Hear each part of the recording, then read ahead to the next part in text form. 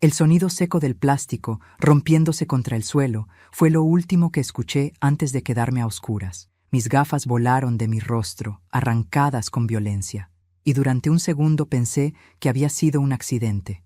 Pero el silencio que siguió no fue torpe ni culpable, fue cruel, calculado. Luego vino el pisotón, 1, 2, 3, y la voz de mi nuera, cargada de desprecio, atravesó la sala como un cuchillo. «Vieja sorda, que te quedes ciega también».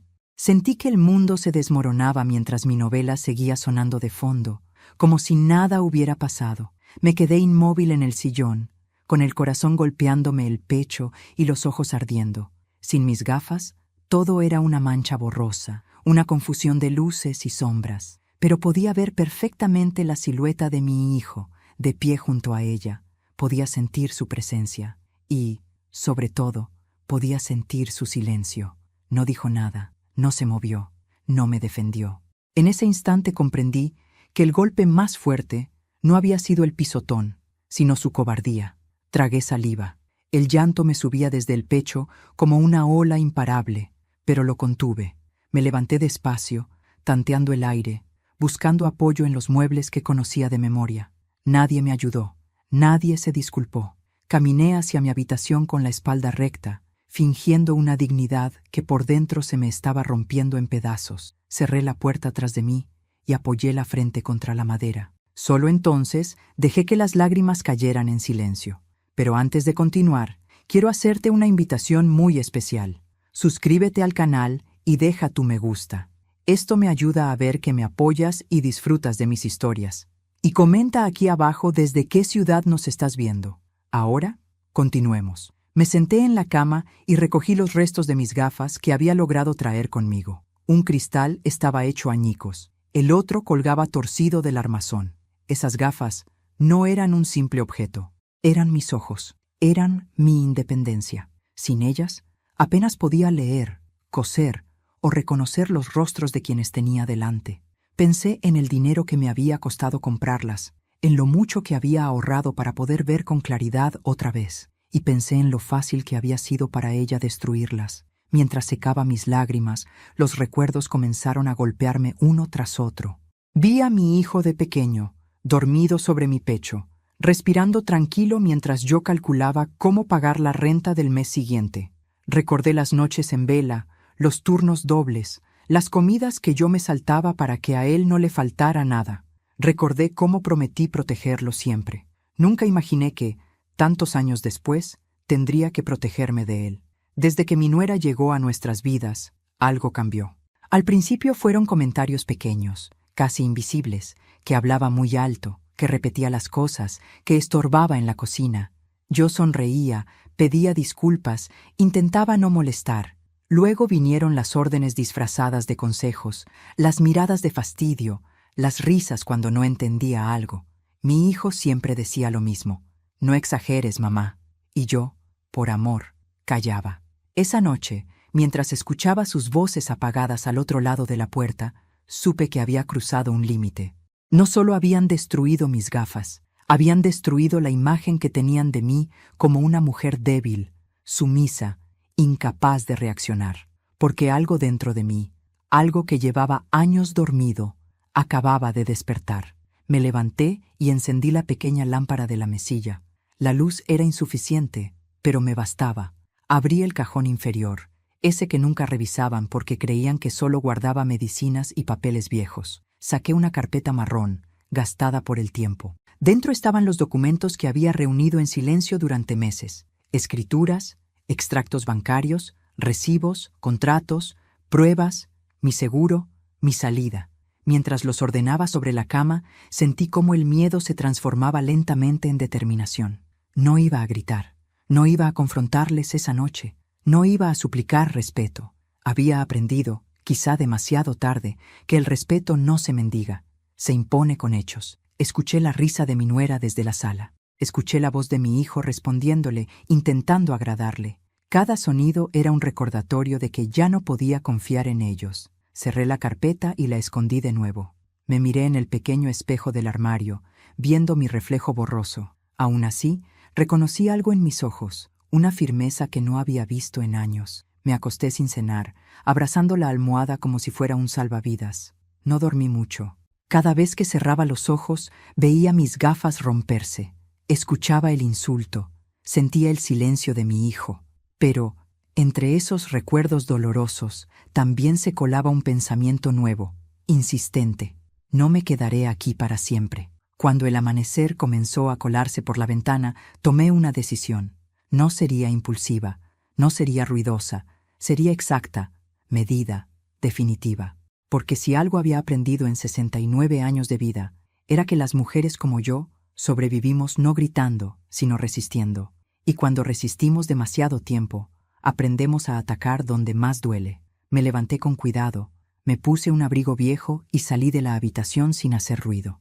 Nadie me vio, nadie me detuvo. Mientras cerraba la puerta tras de mí, supe que ese sería el último día en que me iría llorando en silencio. A partir de ese momento, cada paso que diera tendría un propósito, y ellos, sin saberlo, ya habían empezado a perderlo todo. Durante años creí que el silencio era una forma de amor. Me convencí de que aguantar, bajar la cabeza y sonreír era el precio que debía pagar para no perder a mi hijo. Cada palabra que no dije, cada humillación que dejé pasar, la envolví en una excusa piadosa. No es tan grave, está estresada, ya se le pasará. Hoy sé que no era paciencia, era miedo. Miedo a quedarme sola, miedo a convertirme en una carga, miedo a que me cerraran la puerta definitiva. Cuando enviudé, mi mundo se encogió. Mi casa, antes llena de conversaciones y rutinas compartidas, se volvió demasiado grande y demasiado silenciosa. Mi hijo fue quien insistió en que me mudara con ellos. Así no estarás sola, mamá, me dijo. Y yo quise creerle. Vendí mi pequeño apartamento, entregué mis ahorros para ayudarles a comprar esa casa y entré en ella pensando que era un hogar compartido. Nunca imaginé que, con el tiempo, me convertiría en una invitada incómoda. Al principio, mi nuera era cordial. Me preguntaba si había dormido bien, me ofrecía café, incluso me acompañaba al médico. Pero poco a poco su tono cambió. Empezó a corregirme delante de otros, a suspirar cuando hablaba, a hacer bromas sobre mi edad. «Es que ya no oye bien», decía riéndose, como si yo no estuviera allí. Yo fingía no escuchar, y a veces ni siquiera fingía. Mis oídos ya no eran los de antes, pero mi corazón sí escuchaba todo. Intenté hablar con mi hijo en varias ocasiones, siempre a solas, siempre con cuidado. Le decía que algunos comentarios me dolían, que me sentía desplazada. Él suspiraba, me acariciaba la mano y respondía lo mismo. «No te lo tomes así, mamá. Ella es directa, pero no mala». Yo asentía, agradecida por cualquier gesto de afecto, y volvía a callar. No quería ser el motivo de discusiones en su matrimonio. No quería que él tuviera que elegir.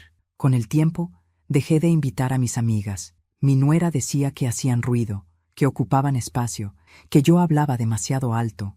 Dejé de cocinar mis platos favoritos porque a ella no le gustaban los olores. Dejé de poner música, de reír, de existir como era. Mi mundo se redujo a mi habitación y al sillón frente al televisor, donde mi novela era el único lugar donde todavía me sentía acompañada. Esa noche de las gafas no fue la primera vez que me faltó al respeto. Solo fue la primera en la que la violencia fue tan clara que no pude disfrazarla. Recordé otras escenas mientras doblaba mi ropa esa madrugada. La vez que escondió mi audífono sin querer, el día que tiró mis plantas porque estorbaban, la ocasión en que le dijo a una vecina que yo ya no estaba muy bien de la cabeza. Cada recuerdo era una pieza de un rompecabezas que yo había evitado armar. Lo que más me dolía no era ella, era mi hijo, su silencio constante, su forma de mirar al suelo cuando ella me hablaba mal, su incapacidad para decir una sola frase que me defendiera. Yo lo había criado para ser fuerte, para ser justo, para proteger a los suyos. ¿En qué momento se volvió tan pequeño frente a alguien que gritaba? Aquella madrugada entendí algo esencial. Si seguía callando, no solo me perdería a mí misma, sino que les enseñaría que podían seguir cruzando límites sin consecuencias. El amor que no se defiende se marchita, y el respeto que no se exige desaparece. Abrí la carpeta marrón de nuevo y repasé los documentos. La casa estaba a nombre de mi hijo, sí, pero una parte importante del dinero había salido de mí. Tenía pruebas, extractos, transferencias, contratos privados. También tenía algo más, una carta manuscrita de mi esposo, guardada durante años, donde dejaba clara su voluntad de que yo nunca dependiera de nadie.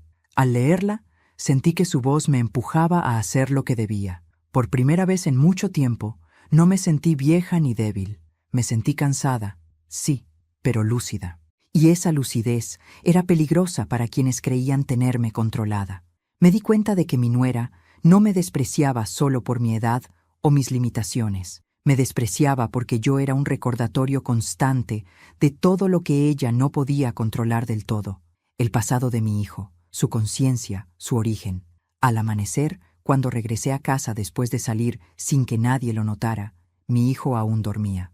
Lo observé unos segundos. Vi al niño que fue, no al hombre que ahora evitaba mirarme a los ojos. Sentí una mezcla de amor y decepción tan profunda que me dejó sin aliento. Pero no lloré, ya no. Esa mañana actué como siempre. Preparé el desayuno, sonreí, fingí normalidad. Mi nuera me miró con desdén, notando mis gafas rotas sobre la mesa.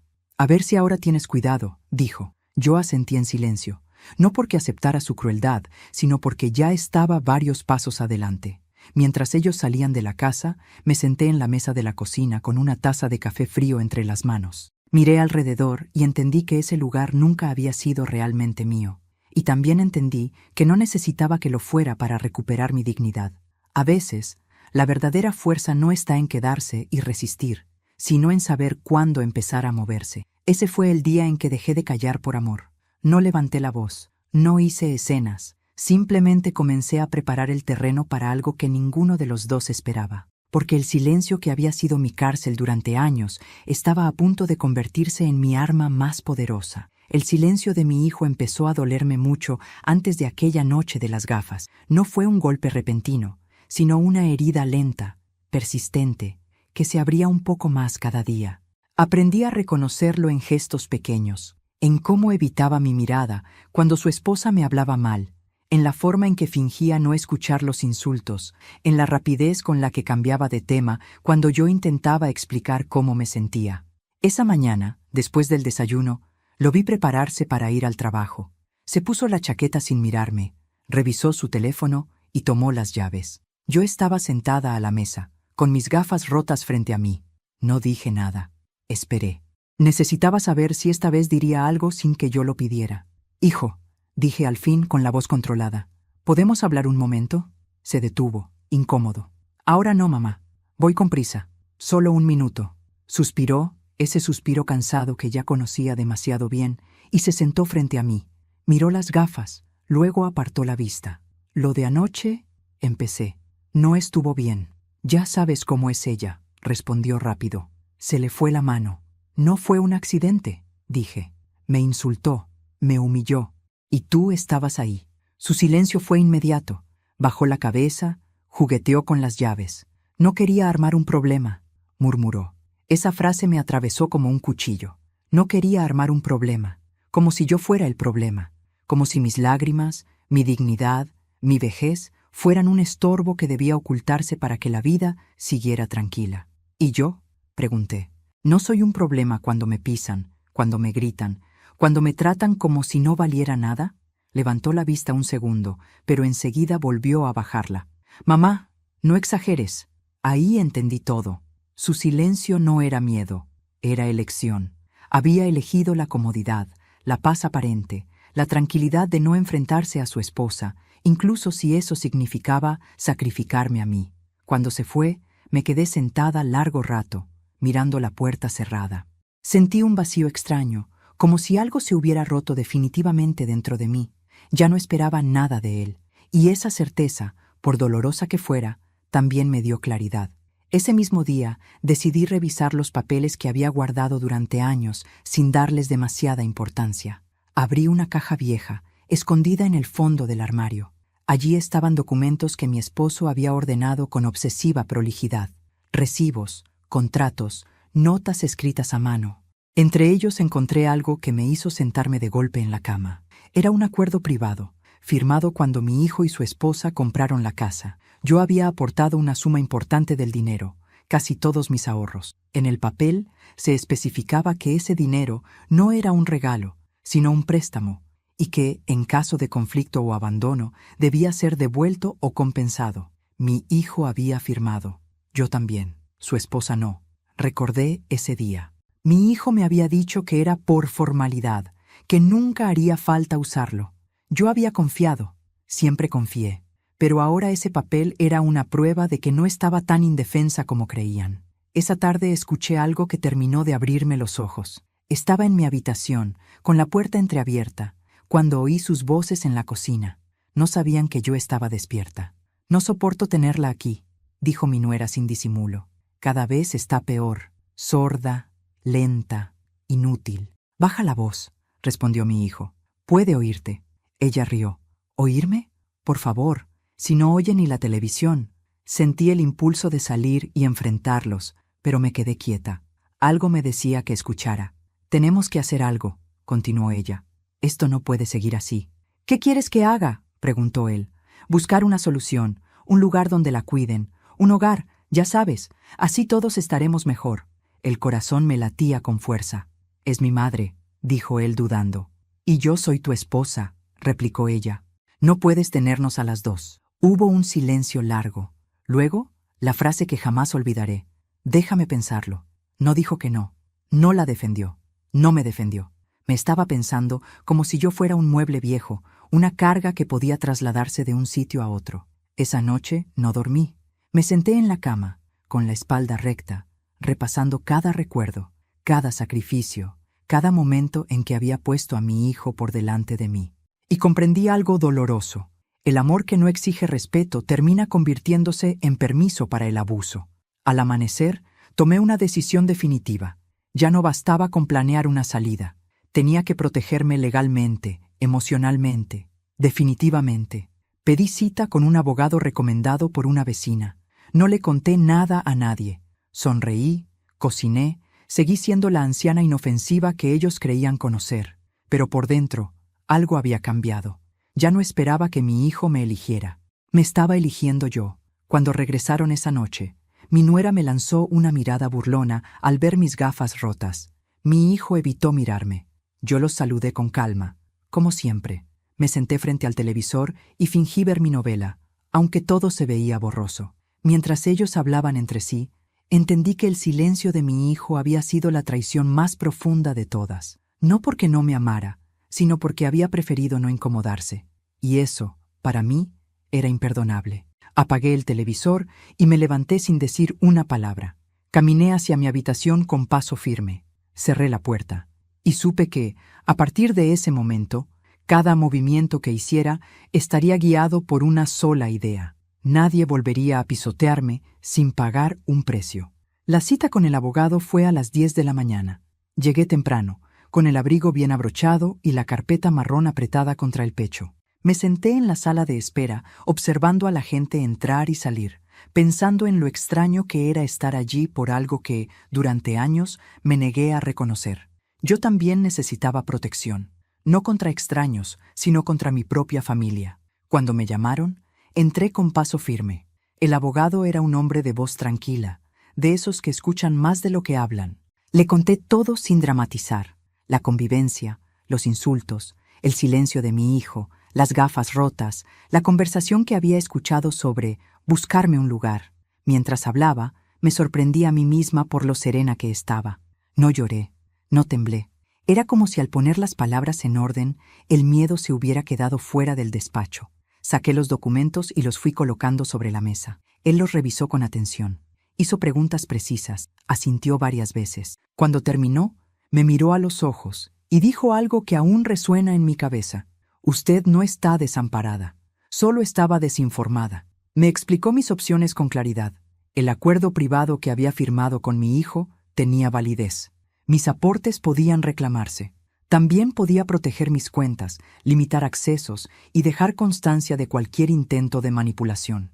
Me habló de poderes, de notificaciones formales, de cómo documentar cada humillación sin provocar enfrentamientos innecesarios. Salí de allí con un plan. No uno impulsivo, uno legal, irrefutable. Ese mismo día fui al banco, cambié claves, cancelé tarjetas adicionales, pedí estados de cuenta detallados, solicité alertas por cualquier movimiento. La mujer que me atendió fue amable y paciente. Me habló despacio, como si yo no pudiera seguirle el ritmo. Sonreí y asentí. Dejé que creyera lo que quisiera. La subestimación, aprendí, también podía ser una ventaja. Luego pasé por la óptica. Encargué unas gafas nuevas, mejores que las anteriores, más resistentes. Pagué sin dudar. Al salir, me senté un momento en un banco del parque. El sol me dio en la cara y sentí una paz extraña. No era felicidad todavía, pero sí la certeza de estar avanzando. En casa seguí actuando como siempre. Preparé la comida. Limpié la cocina. Respondí con monosílabos cuando mi nuera me hablaba con desdén. Mi hijo apenas me dirigía la palabra. Yo observaba, escuchaba, tomaba nota mental de todo. Cada comentario, cada gesto, cada omisión. Empecé a escribirlo todo en un cuaderno pequeño que escondía bajo el colchón. Fechas, horas, palabras exactas, no para vengarme, sino para no olvidar. Una tarde, mientras doblaba la ropa en la habitación, escuché otra conversación desde el pasillo. Hablaban en voz baja, creyendo que yo no podía oírlos. Mi nuera decía que yo ya no estaba bien, que se me olvidaban las cosas, que era peligroso dejarme sola. Mi hijo no la contradijo. Ese silencio confirmó lo que el abogado había insinuado. Estaban construyendo un relato, uno en el que yo era la frágil, la inestable, la que necesitaba ser cuidada. Esa noche escribí una carta, no para ellos, sino para mí. En ella dejé constancia de mis decisiones, de mis límites, de lo que estaba dispuesta a permitir y de lo que no. La guardé junto a los documentos. Sentí que estaba cerrando una etapa, despidiéndome de la mujer que había aguantado demasiado. Los días siguientes fueron una prueba de autocontrol. Mi nuera se volvió más provocadora. Hacía comentarios sobre hogares para ancianos delante de mí. Se quejaba de mis olvidos cuando yo pedía que repitiera algo. Una vez, incluso, movió mis cosas del lugar y luego me acusó de desordenada. Yo no reaccioné, sonreí, asentí. Por dentro, cada escena se convertía en una pieza más de mi defensa. Mi hijo me evitaba. A veces lo veía mirarme con culpa, como si quisiera decir algo, pero nunca lo hacía. Yo ya no lo esperaba. Había dejado de pedirle lo que no podía darme. Un viernes por la tarde, recibí la llamada del abogado. Me confirmó que había enviado una notificación formal a mi hijo, informándole del acuerdo y de mis derechos. No era una amenaza, sino un aviso, una línea en la arena. Colgué el teléfono con las manos firmes. Sabía que esa carta cambiaría el ambiente de la casa. Y así fue. Cuando mi hijo llegó esa noche, traía el rostro tenso. Mi nuera le hablaba rápido, nerviosa. Yo me senté en el sillón, con la novela encendida, fingiendo no notar nada. Él me miró, quiso hablar, pero ella lo interrumpió.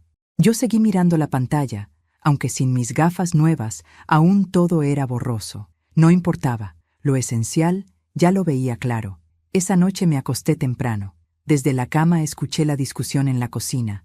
Palabras cortadas, susurros alterados, mi nombre repetido como un problema. No salí, no intervení. Dormí mejor que en semanas. Había dejado de luchar contra la corriente. Ahora nadaba con ella. Al amanecer, me levanté y me vestí con calma. Guardé el cuaderno, la carpeta, la carta. Todo estaba listo. No sabía exactamente cuándo explotaría la situación, pero sabía que lo haría. Y cuando ocurriera, yo no estaría improvisando. Tendría respuestas, tendría pruebas, tendría, por primera vez, la ventaja. Miré mi reflejo en el espejo. A mis 69 años, con arrugas y canas, me vi distinta. No más débil, no más perdida, decidida. Había tomado la decisión a solas, sin aplausos ni testigos. Y entendí que las decisiones más importantes de la vida casi siempre se toman así, en silencio, con miedo, pero con una convicción que ya no pide permiso. El día que recibieron la notificación del abogado, la casa cambió de temperatura. No hablo del clima, sino del aire invisible que se respira cuando algo importante está a punto de romperse. Mi nuera caminaba de un lado a otro con el teléfono en la mano, murmurando frases cortadas. Mi hijo se sentó en la mesa de la cocina y no se movió durante largos minutos, con la mirada perdida en la nada. Yo observaba desde el sillón, en silencio, con mis gafas nuevas puestas, viendo cada gesto con una claridad que ellos aún no sospechaban. «Esto es una exageración», dijo ella finalmente. Tu madre se está pasando. ¿Cómo se le ocurre mandar abogados? ¿Qué pretende? ¿Asustarnos? Mi hijo no respondió de inmediato. Se pasó la mano por la cara, cansado. No lo sé, murmuró. Pero el papel es claro. Firmé ese acuerdo. Fue hace años, replicó ella. Ya no tiene validez. Además, mírala. Bajó la voz. No está bien. Se confunde, escucha mal, ve mal. Nadie va a creerle. Sentí un nudo en el estómago, pero no me moví. No reaccioné. Ellos creían que yo estaba distraída con la novela, como siempre. Creían que mi mundo se limitaba a la pantalla y al sonido alto del televisor. No sabían que cada palabra se me clavaba como una aguja. Tenemos que adelantarnos, continuó mi nuera. Si esperamos, esto se nos va de las manos. ¿Adelantarnos cómo?, preguntó él. Ella se inclinó hacia él y habló en voz baja, confiada.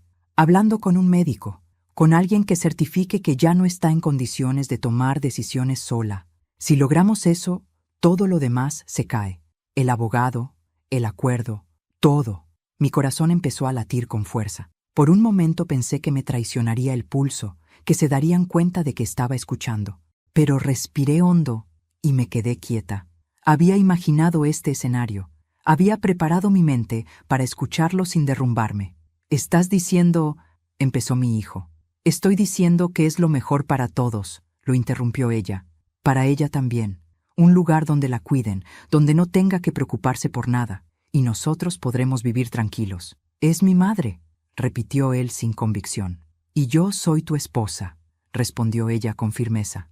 «No puedes seguir postergando esto». Hubo un silencio largo. Yo contuve la respiración. Esperaba escuchar un no, una defensa tardía, una muestra mínima de valentía, pero lo que vino fue peor. «Déjame pensarlo», dijo mi hijo otra vez. Ahí entendí que en su mente la decisión ya estaba tomada. Solo necesitaba tiempo para convencerse de que no era un monstruo por hacerlo. Sentí una tristeza profunda, pero también algo nuevo, una calma fría. Ya no había dudas, ya no había esperanza, solo hechos. Antes de continuar, dime aquí en los comentarios qué te está pareciendo esta historia hasta ahora y qué harías tú en su lugar. No te vayas del video, porque lo que viene a continuación te pondrá la piel de gallina. Ahora continuemos. Esa noche me acosté temprano, pero no dormí. Escuché cómo hablaban en la habitación de al lado, cómo bajaban la voz cuando pasaba por el pasillo, cómo se movían con una falsa normalidad. Yo ya no formaba parte de sus planes como persona, sino como obstáculo. Y los obstáculos, en su lógica, se eliminan. A la mañana siguiente, mi nuera fue especialmente amable. Me preparó el desayuno, me preguntó cómo había dormido, incluso me ofreció llevarme al médico para revisar la vista y el oído. Su tono era dulce, casi cariñoso. Si no la conociera, habría creído en su preocupación. Pero yo veía más allá, veía la prisa, veía el cálculo. «Gracias», le respondí. «Lo pensaré». Mi hijo me miró con una mezcla de culpa y alivio. Quizá pensó que todo se resolvería solo, que yo aceptaría dócilmente lo que estaban planeando. No sabía que, mientras ellos creían ganar terreno, yo ya había dado pasos que no podían deshacer. Esa misma tarde, recibí un mensaje del abogado. Me avisó que había sido contactado por un colega que trabajaba con servicios sociales. Alguien había preguntado por mi situación, por mi capacidad para manejar mis asuntos. No mencionó nombres, pero no hacía falta. Sonreí con amargura. El plan había comenzado. Llamé al abogado de inmediato. Le conté lo que había escuchado, palabra por palabra. Él me pidió calma y me dijo algo que me devolvió el control. «No haga nada distinto. Siga como hasta ahora. Déjelos avanzar». Colgué el teléfono y me sentí extrañamente fuerte. Cuando alguien cree que te tiene acorralada, suele cometer errores, y ellos los cometieron. 2 días después, mi nuera habló por teléfono en la cocina sin cerrar bien la puerta. Creyó que yo estaba en el baño. La escuché mencionar fechas, nombres, incluso decir que la anciana se niega, pero no importa. Saqué el pequeño grabador que llevaba días escondido en el bolsillo del delantal y lo encendí. No temblé, no dudé. Cada palabra quedó registrada. Esa noche, cuando mi hijo me preguntó si aceptaría ir al médico, por tranquilidad, lo miré a los ojos y asentí. «Claro», dije con una sonrisa. «Si eso los deja más tranquilos». Vi el alivio cruzar su rostro. Creyeron que habían ganado. Creyeron que yo me rendía. No entendieron que mi aceptación no era sumisión, sino estrategia. Al día siguiente, mientras ellos salían a trabajar, me senté en la mesa de la cocina y revisé todo una vez más. Documentos, grabaciones, notas, estaba lista. No sabía exactamente cómo ni cuándo se daría el golpe final, pero sí sabía algo. Ya no estaba sola, ni indefensa, ni desinformada. Cuando regresaron esa noche, mi nuera me habló con un tono condescendiente, casi triunfal. Mi hijo evitó mirarme. Yo me fui a mi habitación temprano, como siempre, pero esta vez, en lugar de llorar, cerré los ojos con una certeza firme. Cuando alguien cree que te ha vencido, es el mejor momento para demostrarle que se equivocó. Y mientras apagaba la luz, supe que el arrepentimiento que les esperaba no sería inmediato, ni ruidoso. Sería lento, legal, irreversible, exactamente como yo lo había planeado. El día comenzó como cualquier otro. Preparé café, regué las plantas del patio y me senté unos minutos a ver el noticiero. Mi nuera salió apresurada, sin despedirse.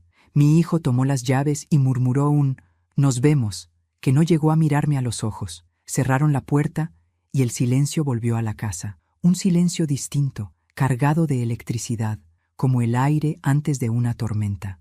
Esperé exactamente 10 minutos. Luego abrí mi bolso y saqué el teléfono. Marqué el número del abogado con manos firmes. Le dije una sola frase: «Es hoy». Él respondió con un entendido que me tranquilizó más que cualquier promesa. Colgué y respiré hondo. No había marcha atrás. Mi primer paso fue el banco. Llegué con tiempo, pedí hablar con la gerente y le entregué una carpeta organizada al detalle. Dentro estaban los extractos, las autorizaciones canceladas, las alertas activadas y sobre todo una solicitud formal para congelar cualquier movimiento que no llevara mi firma presencial. La gerente leyó, asintió y me explicó el procedimiento. Me pidió paciencia. Yo asentí. La paciencia había sido mi entrenamiento durante años. Salí del banco y caminé 2 cuadras hasta una notaría. Allí firmé una revocación de poderes y dejé constancia de que cualquier intento de representarme sin mi presencia debía ser denunciado. El notario me miró con respeto, quizás sorprendido de ver a una mujer de mi edad tan segura. No me importó. Firmé despacio, letra clara, sin temblores. El siguiente paso fue más delicado. Entré a la clínica donde mi nuera había intentado conseguir una evaluación. Solicité hablar con la trabajadora social. No llevé acusaciones, llevé documentos. Le mostré la notificación del abogado, el acuerdo privado, mis estados de cuenta y finalmente reproduje un fragmento de la grabación. No todo, solo lo suficiente. Su expresión cambió.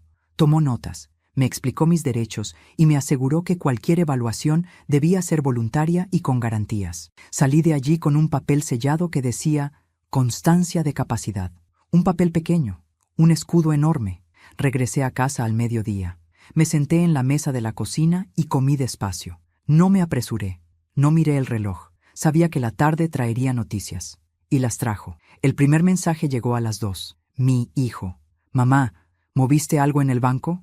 Leí y no respondí. El segundo llegó 10 minutos después. «No puedo acceder a la cuenta». Tampoco respondí. El tercero, a las 3, fue una llamada. La dejé sonar. A las 3:30, el teléfono vibró con un mensaje de mi nuera. «¿Qué hiciste?» Sonreí. El golpe invisible había dado en el centro. A las 4 sonó el timbre.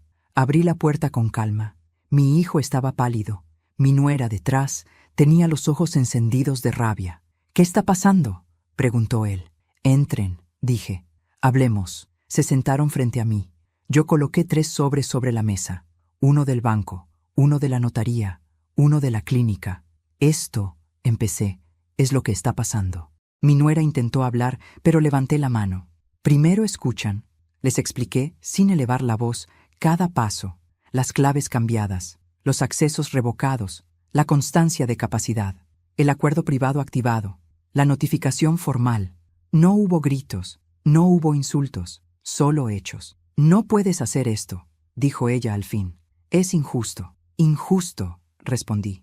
Fue romper mis gafas y humillarme. Injusto fue planear mi salida como si fuera un mueble. Esto es legal.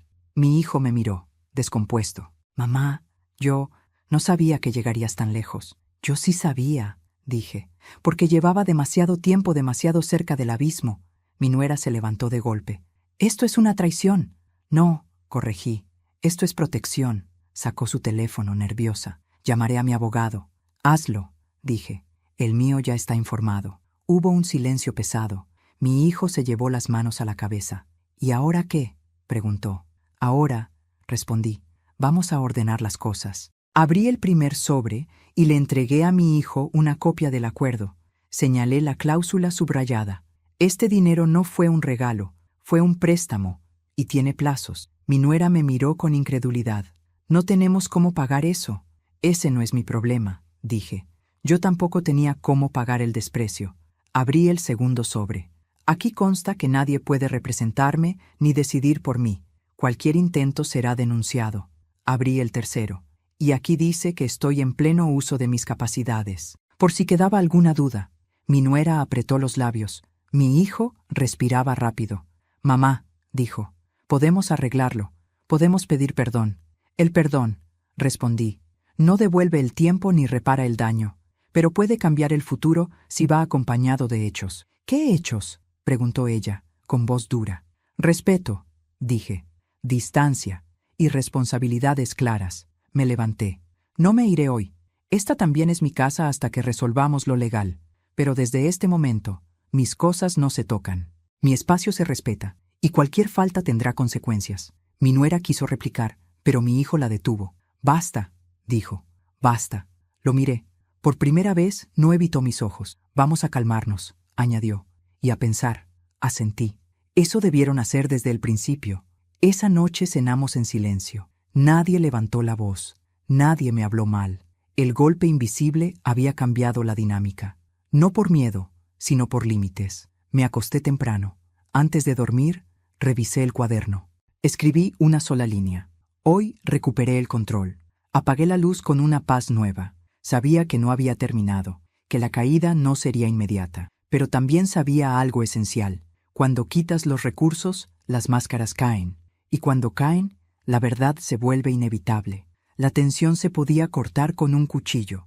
Desde el día del golpe invisible, la casa dejó de ser un campo de batalla ruidoso y se convirtió en un territorio de silencios vigilantes. Mi nuera ya no gritaba, no insultaba, no hacía escenas, pero cada gesto suyo estaba cargado de rencor, como si esperara el momento exacto para atacar.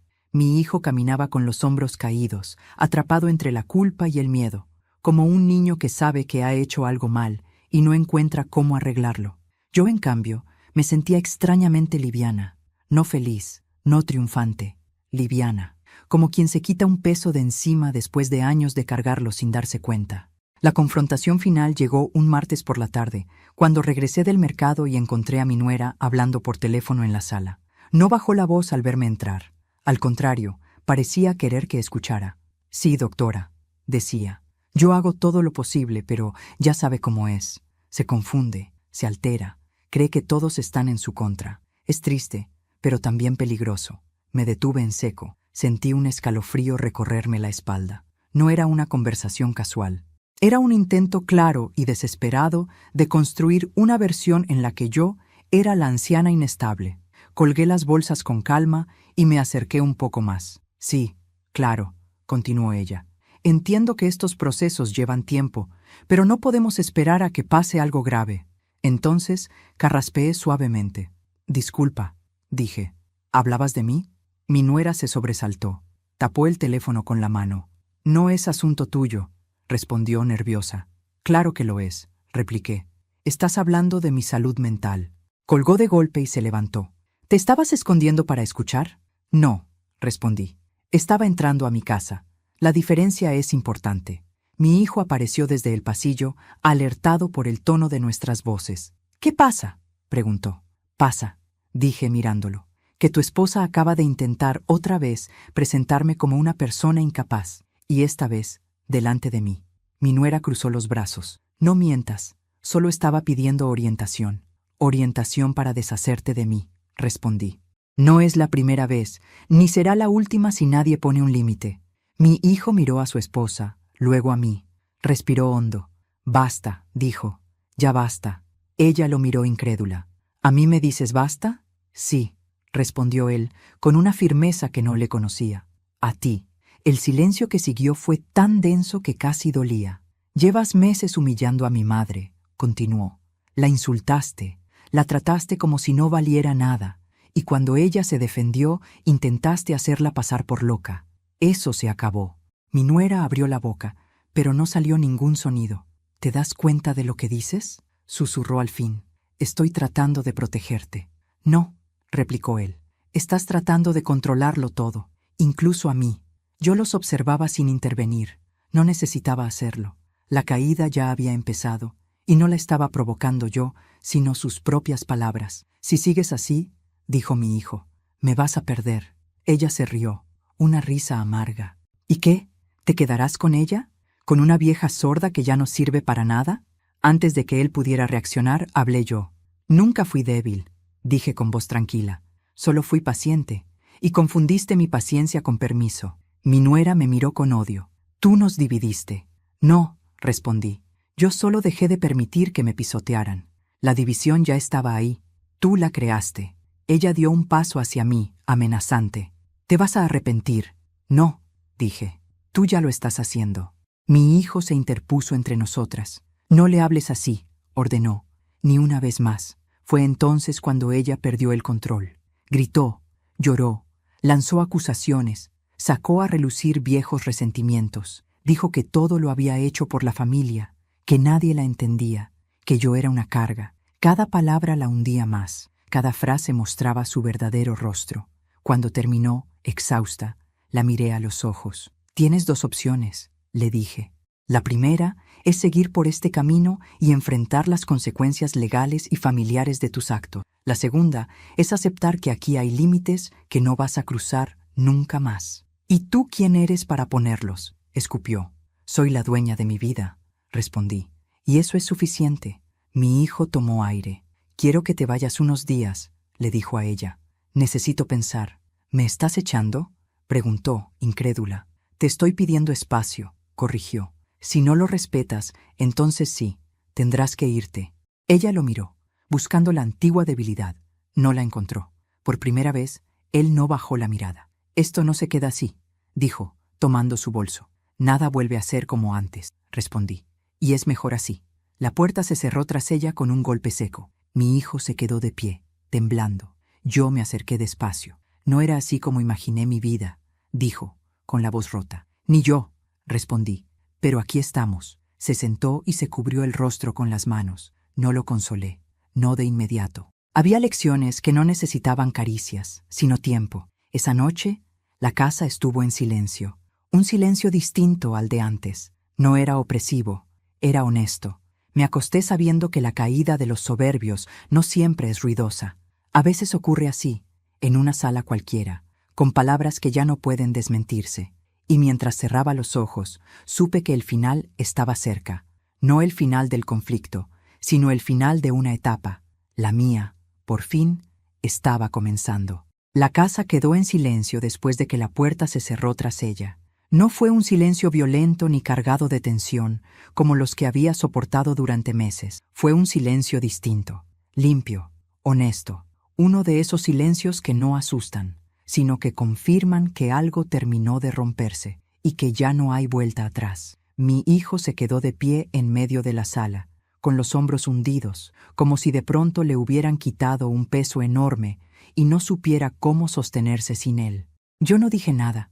Me senté en el sillón, el mismo sillón donde me habían humillado, y respiré profundo. Por primera vez, ese lugar no me resultaba hostil.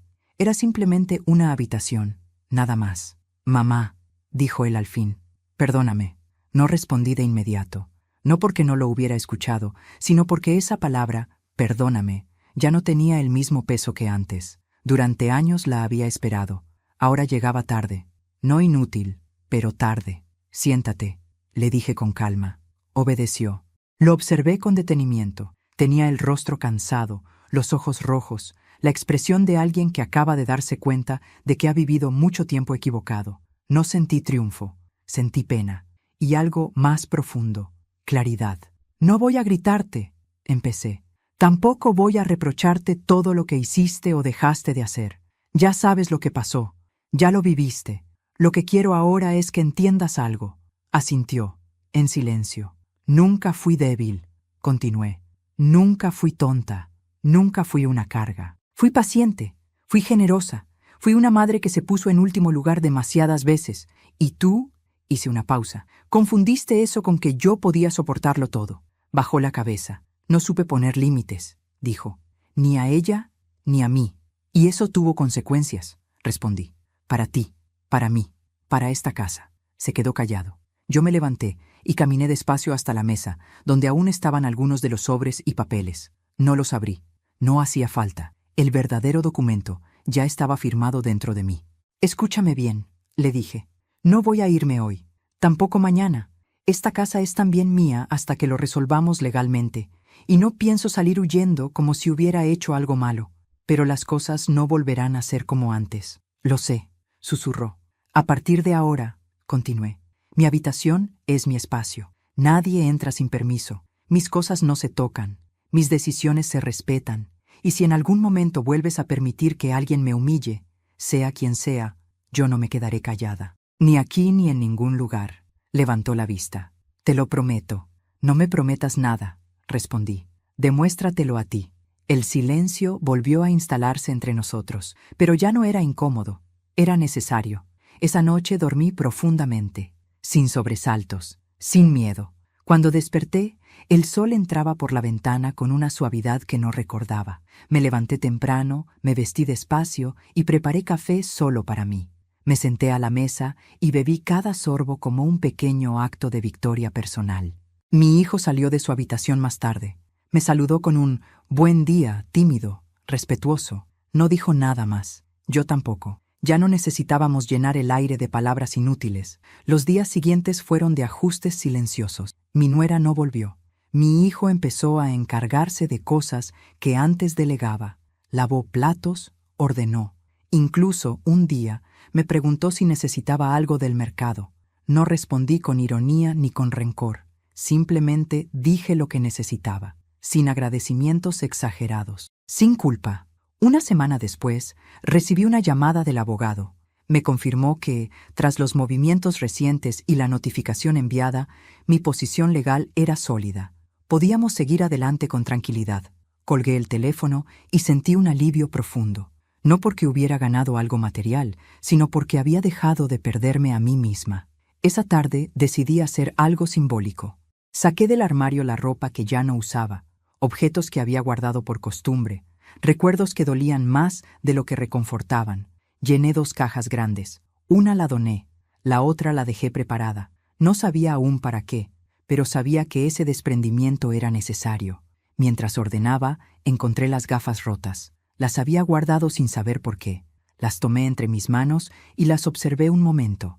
El cristal quebrado reflejaba la luz en 1000 fragmentos. Pensé en aquella noche frente al televisor, en el insulto, en el silencio, en la mujer que fui entonces. Las dejé sobre la mesa, no como un recuerdo doloroso, sino como una prueba de algo importante. Sobreviví. Días después, mi hijo se sentó frente a mí con un sobre en la mano. Hablé con ella, me dijo. Quiere venir a buscar algunas cosas. Lo miré sin sobresaltarme. Puede venir cuando yo no esté, respondí. Y solo por lo suyo, asintió. Entiendo. Y otra cosa, añadí. No vuelvas a traerla a esta casa sin preguntarme. No es solo tu casa. Nunca lo fue. Lo sé, dijo. Lo sé ahora. Cuando ella vino, yo salí a caminar. No quise verla.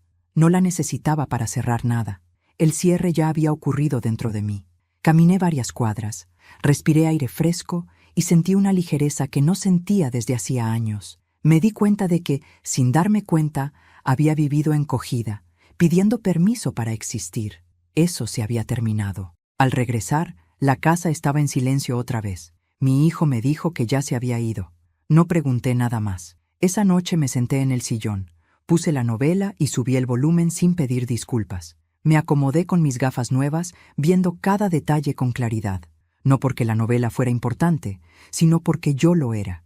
Pensé en todas las mujeres de mi edad que viven situaciones similares, en las que callan por miedo, en las que soportan por amor, en las que creen que ya es tarde para cambiar algo. Yo misma lo había creído durante mucho tiempo, pero no era tarde. Nunca lo fue. Con el paso de las semanas, empecé a planear mi siguiente movimiento. No huir, sino elegir. Quizá un lugar propio, quizá un pequeño apartamento, quizá quedarme. Aún no lo sabía. Y por primera vez, no tener la respuesta inmediata no me angustiaba, porque la decisión sería mía. Mi hijo comenzó a cambiar, no de un día para otro, pero cambió. A veces se sentaba conmigo a tomar café, otras me preguntaba por cosas del pasado. No buscaba perdón, buscaba entender. Yo respondía solo lo que quería responder. El resto lo guardaba para mí. Una tarde, mientras regaba las plantas, me miré en el reflejo de la ventana. Vi a una mujer mayor, sí, con arrugas, con canas, pero también vi a alguien erguida, presente, dueña de su espacio. Nunca fui débil, fui resistente, y ahora consciente. Entendí que la venganza no siempre es gritar, expulsar o humillar de vuelta. A veces, la venganza más poderosa es recuperar la dignidad, es poner límites, es vivir bien, es no permitir nunca más que te hagan sentir menos. Esa noche, antes de dormir, abrí el cuaderno donde había anotado todo durante meses. Leí la primera página, escrita con miedo, con manos temblorosas. Luego leí la última. Cerré el cuaderno y lo guardé en el fondo del armario. Ya no lo necesitaba. Apagué la luz con una sonrisa serena.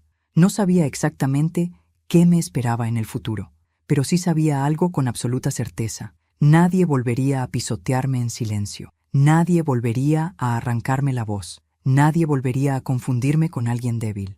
Porque a mis 69 años finalmente había aprendido algo esencial. La fuerza no se pierde con la edad, solo se despierta. Hoy me despierto más temprano que antes, no por obligación, sino porque el silencio de la mañana ya no me pesa. Me preparo un café, me siento junto a la ventana y observo cómo la luz entra despacio en la casa. A mis 69 años entiendo algo que tardé demasiado en aprender. La paz no llega cuando otros cambian, sino cuando una decide cambiar su lugar en la historia. Durante mucho tiempo creí que amar era aguantar, que ser madre era callar, que envejecer significaba desaparecer poco a poco para no molestar. Me equivoqué. Amar también es poner límites. Ser madre no es permitir humillaciones. Y envejecer no es apagarse, sino reconocerse con más claridad. No guardo rencor. El rencor envejece el alma más rápido que los años, pero tampoco olvido, porque olvidar sería volver a permitir lo que nunca debí aceptar. Hoy camino más lenta, sí, oigo menos, veo con ayuda de mis gafas, pero mi voz es más fuerte que nunca, y eso nadie puede arrebatármelo. Mi hijo está aprendiendo, yo también. No sé qué nos depara el futuro, pero ya no me asusta no saber.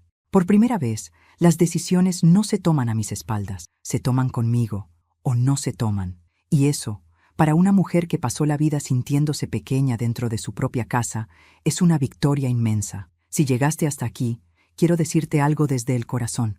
Nunca es tarde para decir basta. Nunca es tarde para elegirte. Nunca es tarde para recuperar tu dignidad, aunque otros te hayan hecho creer lo contrario durante años. Y ahora quiero escucharte a ti. Suscríbete al canal y deja tu me gusta. Eso me ayuda a seguir compartiendo historias reales, intensas y necesarias como esta.